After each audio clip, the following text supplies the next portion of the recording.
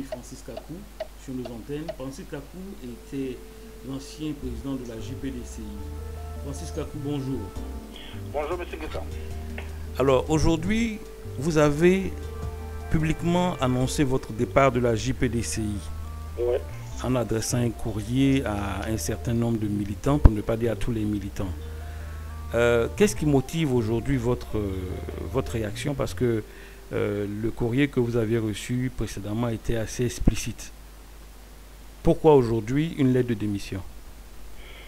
Bon, j'estime que si aujourd'hui nous sommes arrivés à envoyer un courrier de démission au président du parti, c'est compte tenu de nos tests. Jusqu'alors, pour le seul organe qui est compétent de démettre, c'est le Conseil de discipline. Nous n'avons pas reçu de courrier émanant de la part de cet organe et nous avons reçu un courrier de Madame la déléguée générale nous notifiant notre départ, notre décision à la tête de la JPDCI. Donc, nous, pour être conformes au test du parti, donc souhaité répondre normalement, nous dire qu'elle n'était pas compétente à la matière, et aussi conscient de la situation qui prévaut avec la nomination de M. Adou François à la tête de la JPDCI. Nous avons décidé donc de pouvoir nous retirer et de laisser donc la délégation générale piloter avec les jeunes que notamment M. Adou aura à sa charge.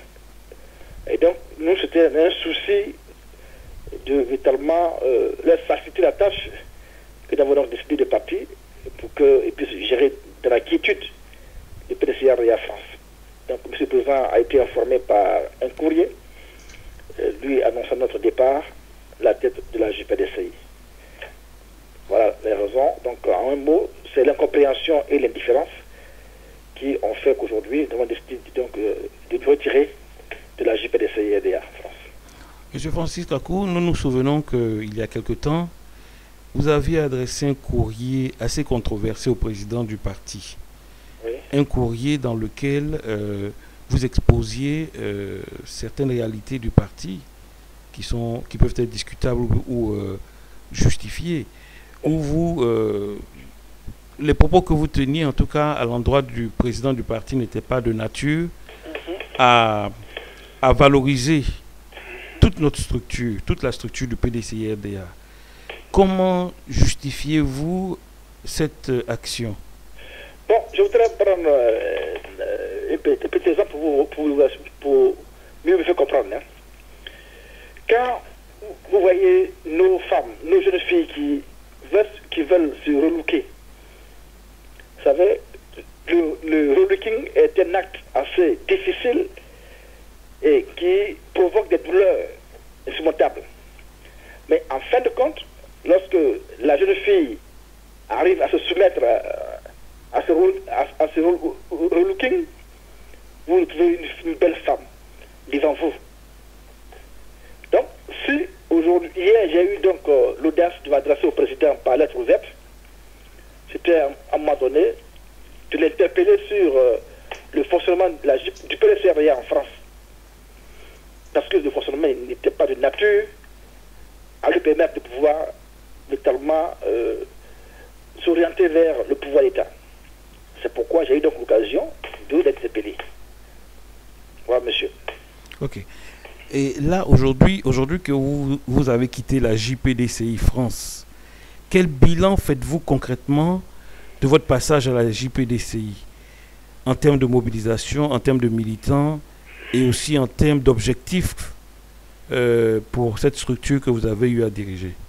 Bon, vous savez, quand on vous nomme, parce que là aussi, il faut que nos militants le sachent, hein, j'ai été nommé, quand on vous nomme avec une feuille de route, et tout ce qui est à faire pour atteindre le but pour lequel on vous a nommé.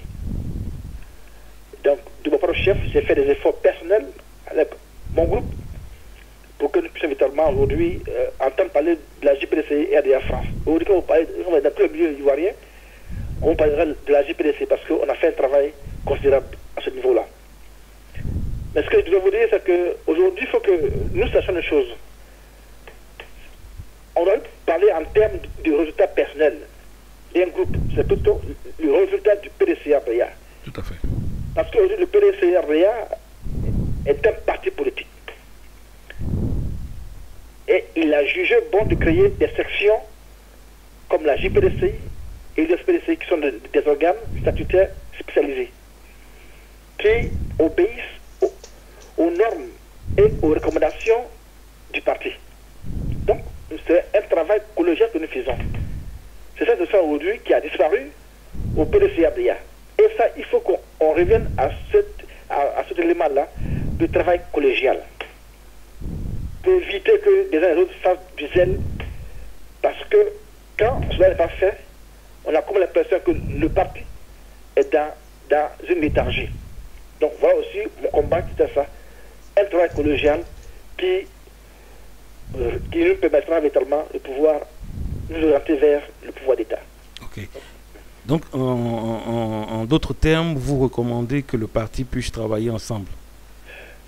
Le terme, je vais dire que quand le président du parti, le bureau politique, est composé de 210 membres, c'est eux qui réfléchissent sur ce qu'on appelle la stratégie politique. Et ensuite, les autres organes, qui sont des organes d'exécution, donc, permettent à l'ensemble des militants de pouvoir, à chaque niveau que chacun se trouve, de pouvoir faire sa part de sacrifice pour le parti. Donc, il faut qu'on revienne à cela. Que tous les structures du parti se mettent en prendre. Aujourd'hui, je suis désolé quand il y a des clubs de soutien, quand il y a des groupements qui se créent, alors que le président a des commissions techniques au sein de l'organe du parti, qui ne se sont même pas mis en contribution. Je pense qu'il y a vraiment un problème. Donc il faut revoir tout ça. Il faut revoir tout cela.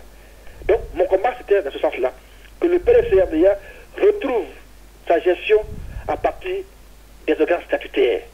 Et que chaque militant que nous sommes puissions, avec le niveau que nous sommes, si on nous appelle pour le travail du parti, qu'on puisse mettre au travail pour le PDCA. Qu'on oublie le moi. Qu'on oublie le moi. Il faut aujourd'hui un travail collectif. Et cela, le vœu le plus cher qui a coûté aujourd'hui ma destitution parce que j'appelle tout le temps à cela. Okay. Francis Kakou. Oui. Nous voyons bien que vous avez une grande motivation. Vous avez eu une très grande motivation pour que le parti puisse aller de l'avant. Aujourd'hui que vous n'êtes plus le responsable de la JPDCI, qui était quand même une grosse structure. Bien sûr. Qu'est-ce que vous entendez faire au sein du PDCI? Oui, en fait, je voudrais vous dire une chose. Il faut aussi que nos frères comprennent une chose. Être président de la JPDCI n'est pas une fonction en soi. Chacun viendra servir le parti, chacun partira.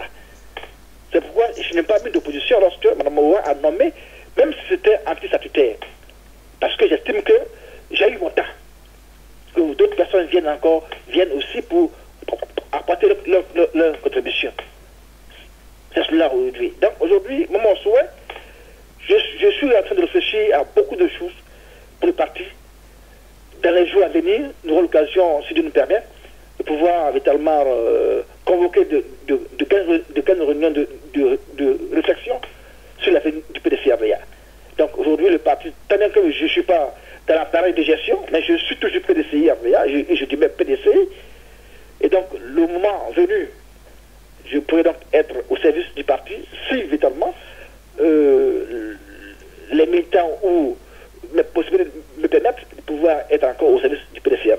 Okay. Nous venons au terme de cette émission et nous voulons vous demander, Francis Kakou, de dire un dernier mot aux militants. Bon, en fait, je voudrais d'abord dire un mot au président du parti. Lui dire que je suis au regret si mes propos ou mes écrits ont été violents. C'était véritablement pour lui demander d'ouvrir un peu l'œil parce que aujourd'hui le PDCA est sur sa responsabilité. Et donc il faut que le puisse aller de l'avant parce que le pouvoir d'État, ça s'arrache, ça se donne pas. Et il faut que nous puissions l'arracher maintenant aux mains des réformateurs, même par le travail.